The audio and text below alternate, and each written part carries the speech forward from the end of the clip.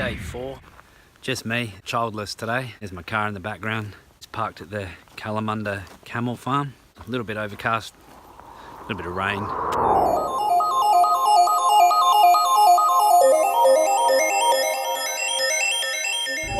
About a kilometre in and bumped into a fellow hiker coming the other way, and she's just walked pretty much where I'm heading today. And one of the nice things about walking on the track is you rarely bump into people, so when you do, it's nice to stop and have a chat. And well, that's really the first person I've bumped into walking. It's nice to see people enjoying the track just like me.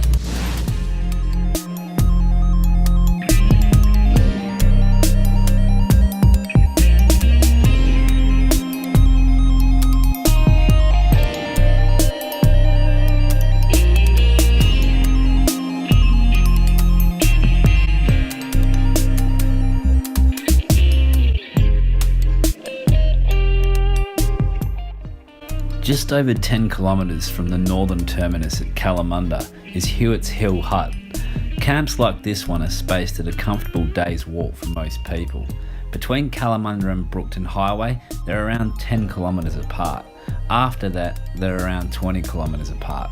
Each campsite has a 3-sided sleeping shelter, a rainwater tank, tent sites, picnic tables, a bush toilet and a fireplace at many, but not all. Just left Hewitt's campsite.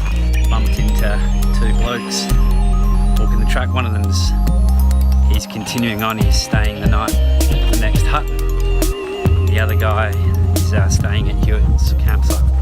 And really nice guys, had a good chat. So 3 people I've seen today. The other days I've walked, I've met nobody, so we'll see how many more I bump in today.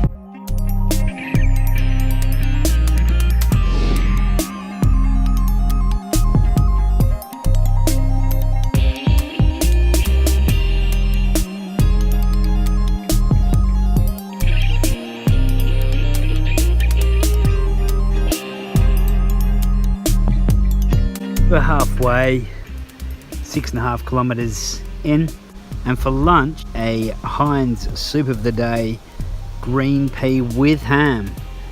It's a bit special, but more special than that is the view. There's the Mundaring Wier. So from Kalamunda, we're already at the Mundaring Wier. Doesn't take long. There we are. Opened in 1903, the Wier is part of a water pipeline that distributes water to agricultural towns in the Wheatbelt area, namely Kalgoorlie and Coolgardie.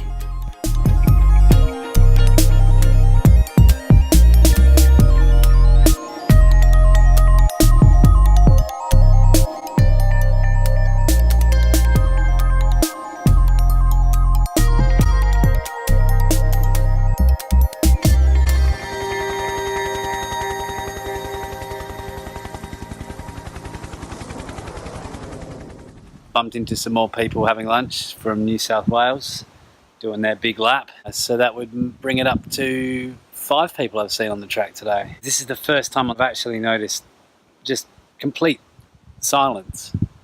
No traffic, no aeroplanes, no nothing apart from the wind.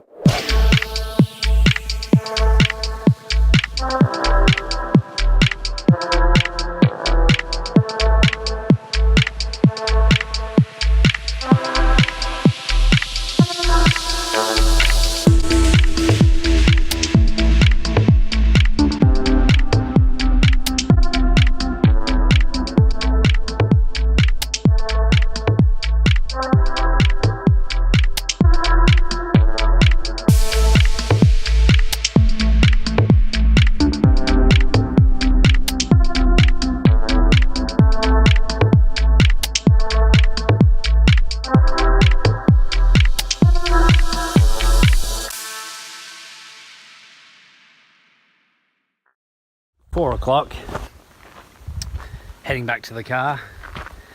And what's been really quite odd is, I was saying before, there's not been a lot of noise, cars or anything like that.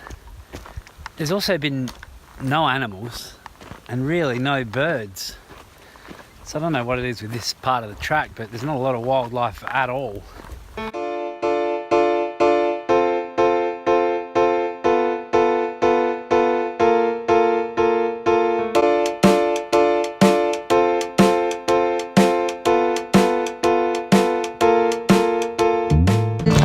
I neglected to bring any trail mix with me this time. I bought lunch and biltong, but I did bring a Snickers. And I gotta tell you, a Snickers is a lot better than trail mix.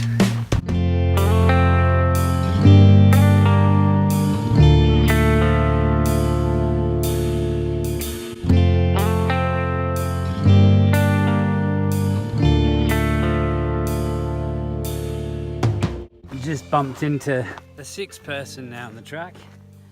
And I'm not complaining, it's good to see people. There's a young bloke and he's heading to the hut for the night. So let him know there's one other person planning on staying there. And the interesting thing was, it's probably about 40 years difference between him, who's only a young bloke, and the old boy staying there. And this guy, he was in his early 20s, so yeah, it's got appeal for everybody. Out in the middle of nowhere, silence, it's beautiful. So yeah, everyone should enjoy this.